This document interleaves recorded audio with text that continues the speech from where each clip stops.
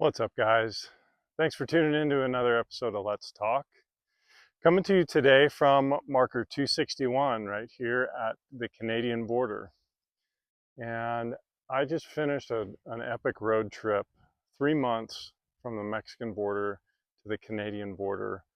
3 months ago, you remember I made a post where I was putting a hand on the border wall down in Mexico. And today, I've arrived at the Canadian border north of Polebridge, Montana. 3 crazy months later.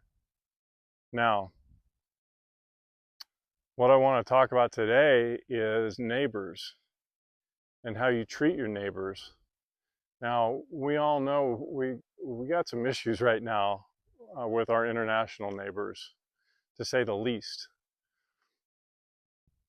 The difference in these two borders, a big metal wall versus just a clear cut through the forest. You can see Glacier National Park behind me. Yeah, there's security here, but this border is pretty wide open. And nobody's talking about it because it's not largely viewed as a problem. And certainly that could change in the current political environment. Crazy things are happening, but that's not what I want to talk about. What I want to talk about is how you treat your neighbors. Left, right, across the street, behind you. How do you treat them? Do you talk to them? You smile and wave at them? You stop and roll down the window on your way to work or on your way back home and ask how their day was? You ever make a dozen cookies and just drop them off for the hell of it?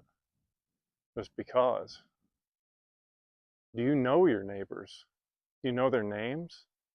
Do you know their first and last names? Or do you drive home, open your garage, pull the car in, shut the garage door, and never interact with anybody in your entire neighborhood? I've lived in communities where both of those were the case. And it's with regret that I look back on the times that I would just open the garage, drive in, park, and go inside and never talk to anybody.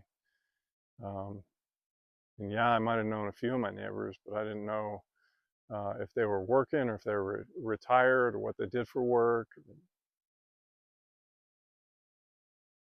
I think this comes down to community.